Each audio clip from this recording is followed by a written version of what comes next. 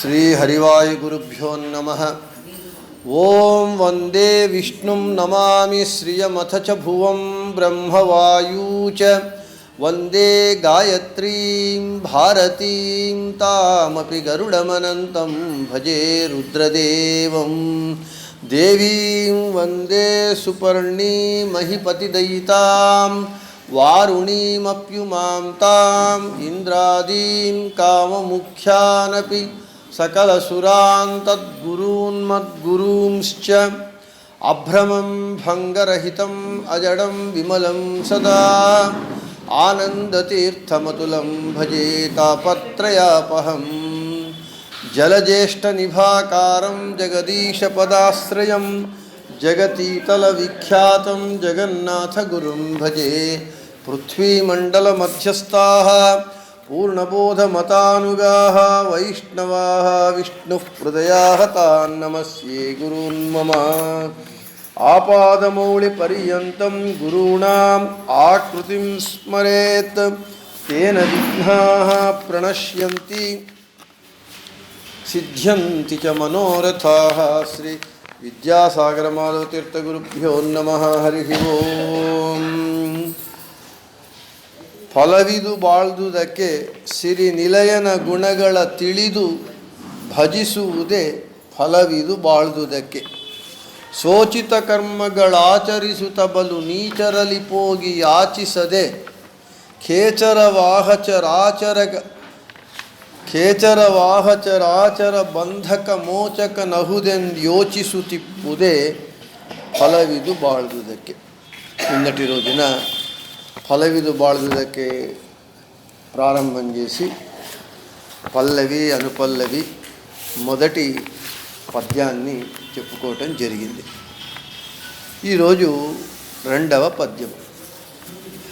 నిత్య ಶುಭಕುತಿಯೊಳಚ್ಯುತ ನಂಘ್ರಿಗಳರ್ಚಿಸಿ ಮೆಚ್ಚಿಸು ತೆಚ್ಚರದಿ ತುಚ್ಛ ವಿಷಯಗಳ ನಿಶ್ಚಯಿಸದ ಯದೃಚ್ಛಾಲಾಭದಿ ಪ್ರೋಚ್ಯನಾಗುವುದೇ ಫಲವಿದು ಬಾಳುವುದಕ್ಕೆ ಸಿರಿ ನಿಲಯನ ಗುಣಗಳ ತಿಳಿದು ಭಜಿಸುವುದೇ ఫలవిదు బాಳುವುದಕ್ಕೆ.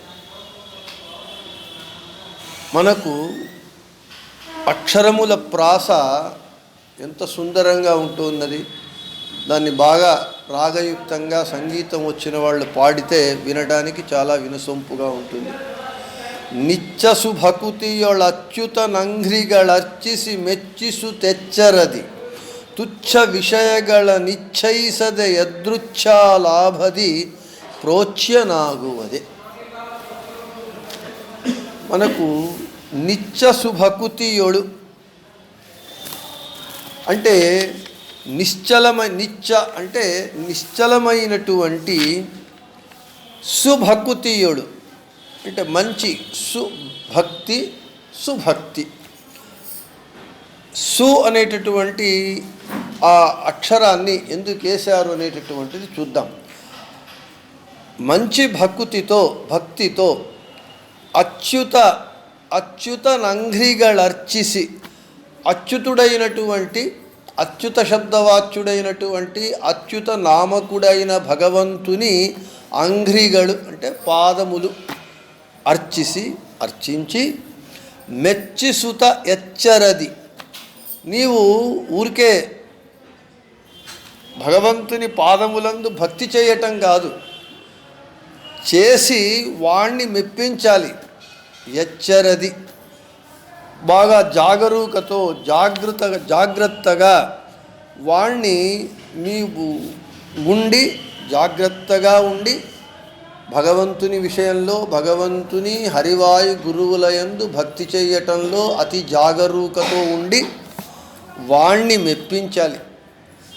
తరువాత తుచ్ఛ విషయಗಳ నిశ్చయిసదే, తుచ్చమైనటువంటి ఏ ఐహికమైనటువంటి విషయ పదార్థములను ఇచ్చించక, అపేక్షించక, యదృచ్ఛాలాభది అంటే మనకు ఎంత ఉన్నదో, మనకెంత లభించిందో దానితో సంతుష్టుడై అసంతృప్తి అనేది లేకుండా ప్రోచ్యనాగువుదే, యోగ్యుడుగా ఉండటమే, సంతోషపడటమే ఫలమిది జీవించుటకు. ఇది తాత్పర్యము, ప్రతిపదార్థము. ఇక విశేష వివరణను చూద్దాం మనం. విశేష వివరణ ఏమిటి అని అంటే, నిత్య శుభకుతియోడు. నిత్య అంటే నిశ్చలమైనటువంటిది భక్తి చెయ్యాలి మనం. ఎటువంటి భక్తి? మనం నిన్ను చెప్పుకున్నాము, మహాభారత తాత్పర్య నిర్ణయమునందు ఆచార్యుల వారు మహాత్మ్యజ్ఞానపూర్వక సుదృఢ సర్వతోధిక స్నేహో భక్తిరితి ప్రోక్తస్తయా ముక్తిర్న చాన్యథ అని, మహాత్మ్యజ్ఞానపూర్వకమైనటువంటి సుదృఢమైనటువంటి సర్వతోధికమైనటువంటి భక్తి ఒక్కటే ముక్తికి మార్గము. ఆ భక్తి ఎలా ఉండాలి అంటే, మాతర్మే మాతరిశ్వన్ పితృతలగురో భ్రాతరిష్టప్తబంధో స్వామిన్ సర్వాంతరాత్మన్ అజర జరైతర్జన్మ వృత్యామయానాం గోవిందే దేహి మే భక్తిం భవతి చ భగవన్నూర్జితాం నిర్నిమిత్తాం నిర్వ్యాజాం నిశ్చలాం సద్గుణగణ బృహతీం శాశ్వతీం ఆశుదేవ. వాయుస్తుతి యందు ఈ శ్లోకం చెబుతూ ఉన్నది, గోవిందే దేహి మే, ఆ గోవిందుని యందు నాకు భక్తిని ఇమ్ము. ఆ భక్తి ఎలా ఉండాలి? నిర్వ్యాజంగా, నిశ్చలంగా, నిర్నిమిత్తంగా ఉండాలి.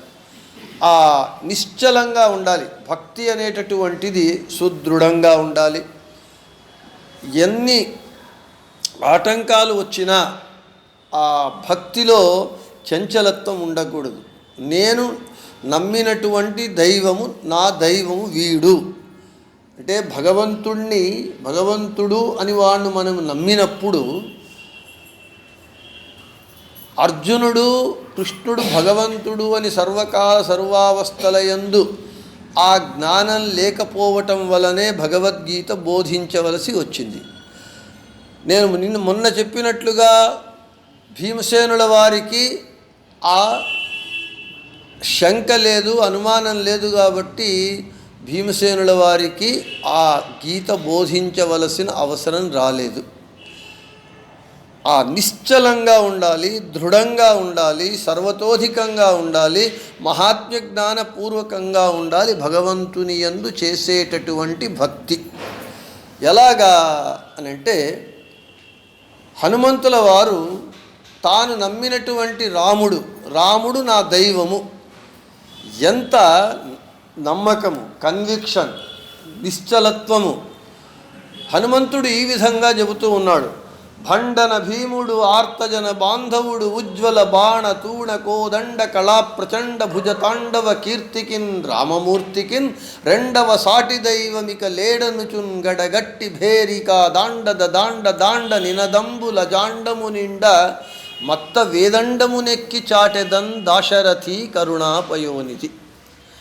మేము చిన్న పిల్లలుగా ఉన్నప్పుడు దాశరథి శతకము, సుమతి శతకము, వేమన శతకము, ఈ పద్యాలన్నీ అప్పుడు నేర్చుకున్నది కాబట్టి 100 పద్యాలన్నీ మర్చిపోయి ఇదొక్క పద్యం మాత్రమే నాకు గుర్తుకుంది ఇప్పటికీ కూడా. భండన భీముడు ఆర్త జనబాంధవుడు ఉజ్వల బాణ తూణ కోదండ కళా ప్రచండ భుజతాండవ కీర్తికిన్, ఇవన్నీ రామునికి విశేషణాలు. 2 పంక్తులు. ఇటువంటి రామమూర్తికి రెండవ సాటి దైవం ఇక లేడనుచున్ గడగట్టి, నా ఇటువంటి రామచంద్రునికి సమానమైనటువంటి దైవము ఇంకొకడు లేడు అని మత్త వేదండమునెక్కి, మదించినటువంటి ఏనుగు ఎక్కి కుంభస్థలము మీద నగారి భేరీని పెట్టి, ఇటువంటి నా రామచంద్రునికి సమమైనటువంటి రెండవ దైవము లేడు లేడు లేడు అని నినదిస్తూ, నినాదం చేస్తూ నగారి వాయిస్తే, ఏనుగు కుంభస్థలం మీద పెట్టి ఆ నినదంబు అంటే నా రాముడే సర్వోత్తముడు, వానికి సమానమైనటువంటి దైవము లేడు అనేటటువంటి నినాదము అజాండము నిండా అంటే ఈ బ్రహ్మాండమంతా నిండేటట్లుగా చాటి చెప్పెదన్. ఇది భగవంతుని యందు మనకు ఉండవలసినటువంటి నిత్య భక్తి, అంటే నిశ్చలమైనటువంటి భక్తి. ఎటువంటి పరిస్థితులలో ఎవరెన్ని చెప్పినా ఆ భగవంతుడే సర్వోత్తముడు అనేటటువంటి విషయంలో మనకు చంచలత్వం రాకుండా ఉండాలి అని మనకు హనుమంతుల వారు మనకు ఎలుగెత్తి చాటి చెబుతూ ఉన్నారు. అంత నిశ్చలం ఉండాలి. అయితే మనకు రోజుకొక్క దైవము, వారానికి ఒక్క దైవము, ఈ విధంగా ప్రతి అందరినీ కొల్చటమే, అందరినీ ఆరాధించటమే, అందరూ దేవుళ్ళే. అందరూ దేవుళ్ళు కావడానికి సత్యము కాదు, సాధ్యము కాదు. ఎందుకంటే ఏకో నారాయణో హరిహి, ఉండేవాడు ఒకడే భగవంతుడు, ఇద్దరు భగవంతులు లేరు. వాడొక్కడే, నారాయణుడొక్కడే భగవంతుడు. వాడు తప్ప అన్యులెవరూ భగవంతులు కారు. మిగతా వాళ్ళందరూ దేవతలు అవుతారు అంతే. దేశానికి ఒకడే ప్రైమ్ మినిస్టర్ ఉంటాడంతే. మిగిలిన వాళ్ళందరూ ministers, cabinet ministers, state ministers, secretaries, chief secretaries ఉంటారే కానీ ఇద్దరు ప్రైమ్ మినిస్టర్లు ఉన్న దేశం ఎక్కడా మనం ఇంతవరకు చూడలేదు. ఈ ఒక్క దేశానికే మనం లౌకికంగా పెట్టుకున్నటువంటి ఈ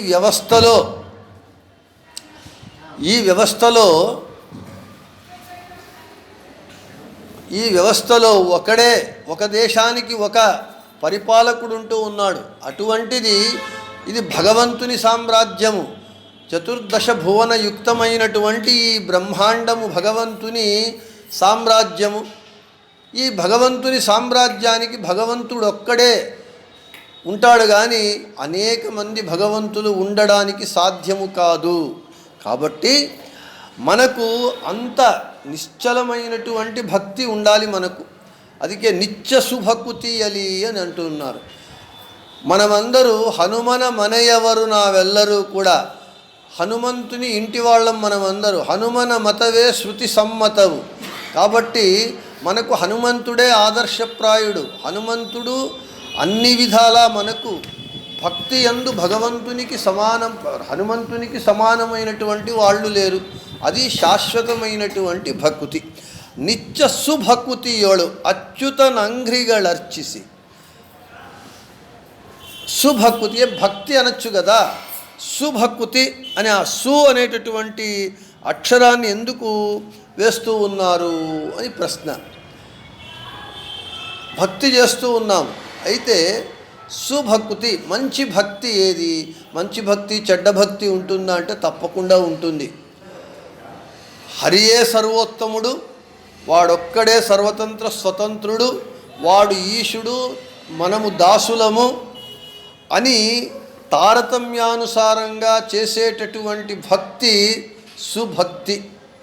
అలా కాకుండా ప్రతి ఒక్కరిని దేవుడు, విఘ్నేశ్వరుడు సర్వోత్తముడు, రుద్రుడు సర్వోత్తముడు, ఈ విధంగా అందరినీ సర్వోత్తములు అని భక్తి చేసేటటువంటిది చెడ్డ భక్తి.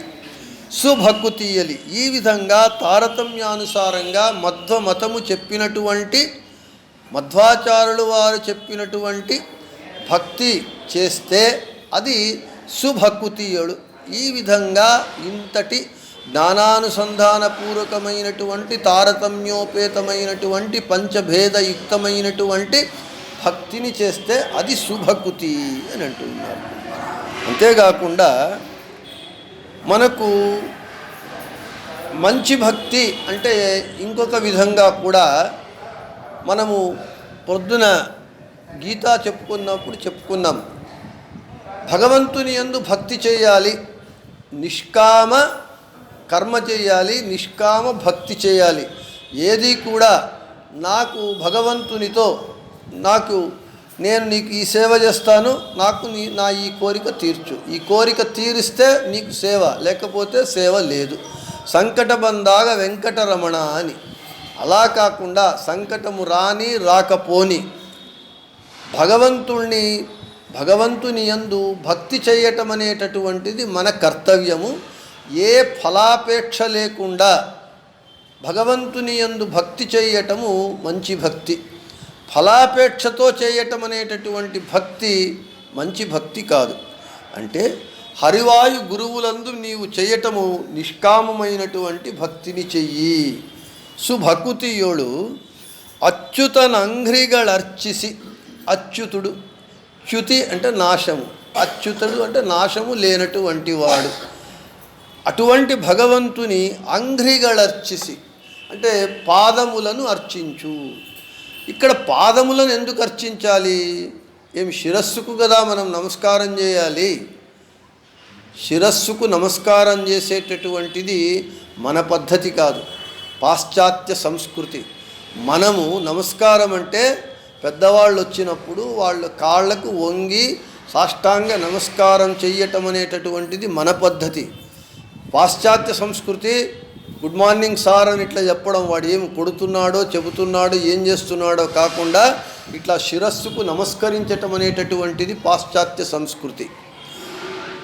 అంగ్రిಗಳ అర్చిసి అచ్యుతన్ అంగ్రిಗಳ అర్చిసి, మనము ఉపాసన చేయటంలో భగవంతుని శిరస్సును ఉపాసన చేయకూడదు. ఉపాసనా క్రమము ఎలా చేయాలి అని అంటే, మొదట భగవంతుని పాదములను ధ్యానించాలి. పాదములను ధ్యానించి ఆ పాదములను మన మనస్సులో స్థిరపరచుకున్న తరువాత క్రమంగా పైకి వెళ్ళాలి. తర్వాత మోకాళ్ళు, తర్వాత ఈ విధంగా ఆపాద మౌళి పర్యంతము క్రమక్రమంగా మనము క్రింద నుండి ఆరోహణ క్రమంలో భగవంతుణ్ణి ధ్యానించాలి. అందుకే చెబుతూ ఉన్నారు, అచ్యుతనంఘ్రిగళర్చిసి, పాదములను నీవు ధ్యానించు, అర్చించు. అందుకే దాసుల వారు అన్నారు, బిడనో నిన్నంగ్రియ శ్రీనివాస, నిన్నవ శ్రీనివాస, దుడిసికొళ్ళలో శ్రీనివాస. బిడనో నిన్న శిరవ శ్రీనివాస అని చెప్పలేదు. దాసుల వారు ఏది చెప్పినా శాస్త్రబద్ధంగా శాస్త్రంలో చెప్పినటువంటి విషయాలనే చెబుతూ వస్తారు. అచ్యుతన అంఘ్రిగళర్చిసి మెచ్చిసుత ఎచ్చరది. మనం భక్తి చేస్తే చాలదు, వాడు మన భక్తికి వాడు మన భక్తిని మెచ్చుకోవాలి. మనం వంట చేశాము, వంట చేశాను, నా పని అయిపోయింది, మీ కర్మ తింటే తినండి లేకపోతే లేదు, రుచి పచి లేకుండా ఏదోని వంట అక్కడ వార్చి పెట్టేస్తే అది వంటవాడు కాదు. వాడు ఎవడు మంచి వంటవాడు అనంటే, ఆ చేసిన వంట అందరూ బాగుంది అని మెచ్చుకొని సంతోషంతో తినడం అనేటటువంటిది పద్ధతి. అలాగే నేను భగవంతుని యందు నీకు భక్తి చేశాను, నీ ఇష్టం, దాన్ని ఒప్పుకుంటే ఒప్పుకో లేకపోతే లేదని కాదు. మనము చేసేటటువంటి పని భగవంతుడు ఆ భక్తిని వాడు మెచ్చాలి. వీడు చేశాడు, వీడు చేసిన భక్తి నాకు నచ్చినది అని అచ్యుతన అంగ్రిగళర్చిసి మెచ్చిసుత ఎచ్చరది. ఆ అచ్యుతుని మెప్పించాలి అనంటే చాలా ఎచ్చరితో మనము జాగ్రత్తగా ఉండాలి. ఏ ఒక చిన్న పని చేయాలన్నా మనకు కాన్సంట్రేషన్ ఉండాలి. ఏ పని చేయాలన్నా కాన్సంట్రేషన్ ఉండాలి. ఇక్కడ నేను ప్రవచనం చేయాలి అని అంటే వాక్కు, మనస్సు, దేహము ఇవన్నీ కూడా బాగా జాగ్రత్తగా ఉండి నేను చెప్పేటటువంటి మాట మీద నాకు పట్టు ఉండాలి. ఏమి మాట్లాడుతున్నాను అనేది ఉండాలి, ఏమి మాట్లాడకూడదు అనేటటువంటిది, ఇవన్నీ జాగ్రత్తగా ఉంటే నేను సరిగా చెప్పగలను. నా మాట మీద పట్టు లేకుండా నేను ఇష్టం వచ్చినట్టు మాట్లాడితే ప్రయోజనం ఉండదు. ఏ పని చేయాలన్నా కానీ దాని మీద పట్టు ఉండాలి. కాబట్టి జాగ్రత్తగా మనం చేయాలి. ఆ పని ఏ పని చేసినా అతి జాగ్రత్తగా చేసి ఆ అచ్యుతుని మెప్పించు. వాడు మెచ్చితే ఇక మనకు వాడు ప్రీతుడవుతే, కిమలభ్యం భగవతి ప్రసన్నే శ్రీనికేతనే, ఆ శ్రీనికేతనుడైనటువంటి భగవంతుడు ప్రసన్నుడైతే లభ్యము కానటువంటిదేమున్నది, అన్నీ లభ్యమవుతాయి. నిన్న కన్నడంలో ఒక చిన్న ముండిగా చెబుతానంటే అప్పుడు ఎంత ఆలోచించినా నాకు స్ఫూర్తికి రాలేదు. ఇక్కడ వ్యాసపీఠంలో కూర్చుంటే అది నేను చెబుతున్నానని అనుకుంటే నా పిచ్చివాడు అంటారు, బుద్ధి లేదు. ఆ కూర్చున్నప్పుడు ఆ సమయానికి అది స్ఫూర్తి గుర్తు రావాలి. అయితే ఒక్కొక్కసారి రాదు. నిన్న ఎంతసేపు ఒక 2 నిమిషాలు ఆలోచించినా ఒక చిన్న పంక్తి నాకు గుర్తుకు రాలేదు. ఇక్కడి నుంచి లేచి వెళ్తే మళ్ళీ గుర్తుకొచ్చింది, ఏమి లేదు. ఆ ముండిగే చిన్నది ఎలా ఉంటుంది అని ఇప్పుడు దాన్ని చెబుతాను. ద్విజవదనారి సలహో విజయ విఠల రేయ. ఇది చిన్న పంక్తి. దీని అర్థం ఏమిటి? ద్విజవదనారి సలహో విజయ విఠల రేయ. ద్విజ అంటే బ్రాహ్మణులు, ద్విజవదన అంటే బ్రాహ్మణ ముఖులకు. శత్రువైనటువంటి విజయ విఠలరాయ నన్ను రక్షించు అని అర్థం. బ్రాహ్మణులకు భగవంతుడు ఎందుకు శత్రువు అవుతాడు? సుతరాం శత్రువు కాదు. బ్రాహ్మణులంటే భగవంతునికి చాలా ప్రేమ.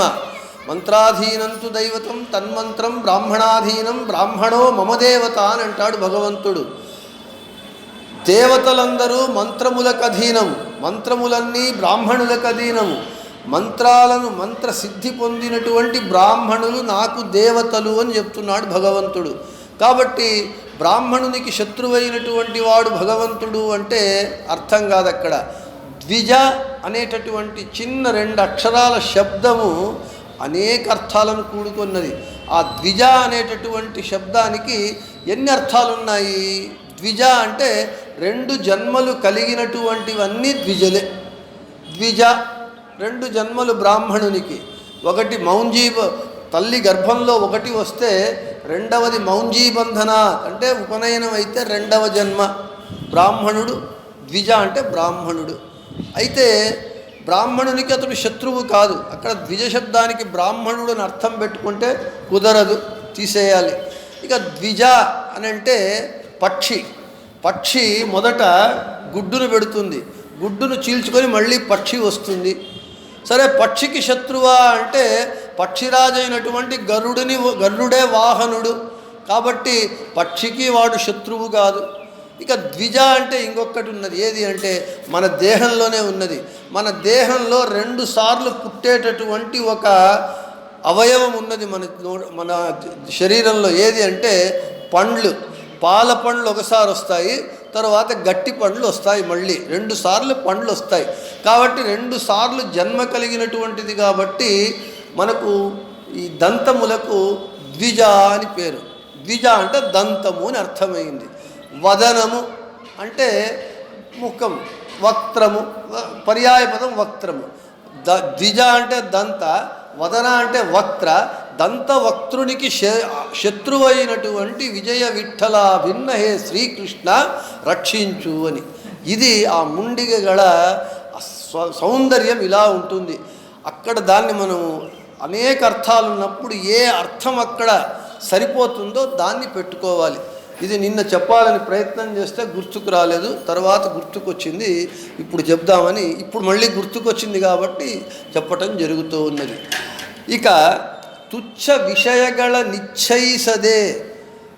ఈ మనుష్యుని యొక్క నైజ గుణం ఏమిటి అని అంటే, మనకు మన అన్ని ఇంద్రియములు కూడా ఎంతసేపు ఉన్నా మంచి విషయాలపై వెళ్ళవవి. మన ఇంద్రియాలన్నీ 5 జ్ఞానేంద్రియములు, 5 కర్మేంద్రియములు, ఈ దశేంద్రియములను నియంత్రించేటటువంటి ఏకాదశ ఇంద్రియమైనటువంటి మనస్సు ఎంతసేపు ఉన్నా మనలను చెడు విషయాల వైపే ఆకర్షిస్తూ ఉంటాయి, దాన్ని లాగుతూ ఉంటాయి. కాబట్టి మన ఇంద్రియములు ఎంత మనలను తుచ్చమైనటువంటి విషయముల వైపు లాగినా, ఇంద్రియములు ఇంద్రియగ్రామో బలవాన్ విద్వాంసమపి కర్షతి అని చెప్తారు. ఈ ఇంద్రియగ్రామం అంటే ఇంద్రియ సమూహము. మన దేహంలో ఉన్నటువంటి ఇంద్రియ సమూహము చాలా బలిష్టమైనటువంటిది, బలము కలిగినటువంటిది. ఇవి విద్వాంసమపి కర్షతి, విద్వాంసులను కూడా ఆకర్షిస్తుంది, విద్వాంసులను కూడా నాశనం చేస్తుంది. వాడు ఎంత పెద్ద విద్వాంసుడైనా వాని ఇంద్రియములు వాణ్ణి చెడు మార్గాన్ని పట్టిస్తూ ఉన్నప్పుడు ఆ ఇంద్రియముల ఆకర్షణను తట్టుకొని వాడు చెడు మార్గం పోకుండా ఉంటే వాడు సరి అయినటువంటి మనిషి. అయితే ఇంద్రియముల ఆకర్షణకు విద్వాంసులు, పండితులు, జ్ఞానులు కూడా ఆకర్షితులవుతూ ఉన్నారు. కాబట్టి తుచ్చ విషయಗಳ నిశ్చయిసదే. మన ఇంద్రియములను మనను ఎంత తుచ్చమైనటువంటి నీచమైనటువంటి విషయముల వైపు లాగినా వాటి వైపు మనము వెళ్ళక, వాటిని ఇచ్చింపక, అపేక్షించక యదృచ్ఛాలాభది ప్రోచ్యనాగుವುದೇ ఫలవిదు బాళదుదಕ್ಕೆ. యదృచ్ఛాలాభ మనకు దాసుల వారు చెప్తారు ఏమని అని అంటే, ಬಂದಿದ್ದೆಲ್ಲ ಬರಲಿ ಗೋವಿಂದನ ದಯವೊಂದಿರಲಿ. మనకు భగవంతుడు ఏదిస్తే దానికే తృప్తి పడాలి. భగవంతునికి తెలుసు ఎవరికి ఎప్పుడు ఏమి ఇవ్వాలి, ఏమి తీసేయాలి అని.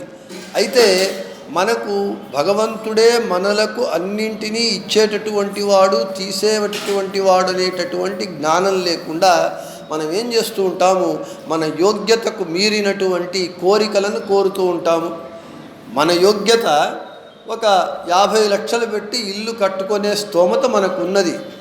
మనము 50 లక్షలకే తృప్తి పడాలి, అప్పు లేకుండా ఏమీ లేకుండా సుఖంగా 50 లక్షలకు ఎంత ఇల్లు అవుతుందో అంత ఇల్లు కట్టుకొని సుఖంగా ఉండాలి.